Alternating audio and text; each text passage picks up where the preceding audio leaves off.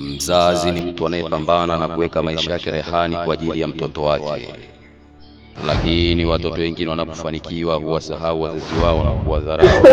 Nikushukuru sana mwanangu. Asante, nakupenda sana. Hasani ni mtoto wa mzee Bakari aliyezaliwa kijijini na wazazi wake wakamlea kwa shida nyingi sana.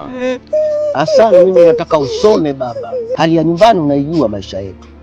Kwa hiyo usishikie na mtu kukwambia nguo chafu, nini. Hii ni maisha tu.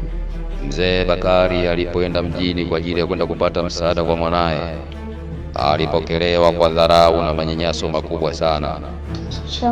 Mara. Karibu. Asante sana. Utampelekea begi kile chumba cha kati. Bahati mbaya. Samehe. Nataka kuuliza kwa baba anaondoka lini? Usisubiri kuwapoteza wazazi wako ndipo ujue thamani yao. Yaani kuanzia na kupokea pale, ni nguo inanuka hii, yaani wewe mwenyewe unanuka vibaya mno.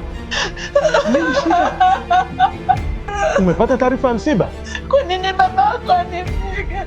Haya mambo atakuwa afanya watoto wa mtu mzima na midevu yako yenye rangi zake ndio unakuja unafanya hichi kitu kweli? Ama kwa hakika hakuna fedha inayoweza kulipa thamani ya mzazi. Acha tu ni ukweli baba. Kiukweli tabia yako imenichosha.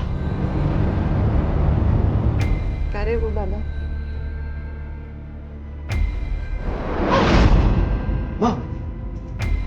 Walipa wali na maharage pale.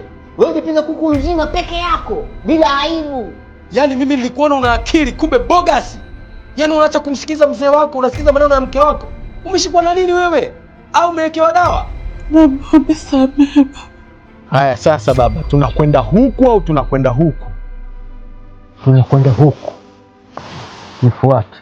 Je, ni kipi kilichotokea kwa Hasani baada ya kutokutambua thamani ya mzazi wake? Ni ndani ya filamu ya Thamani ya Mzazi iliyobeba hisia nzito kwenye jamii nzima. Thamani ya Mzazi, Kamil Soni.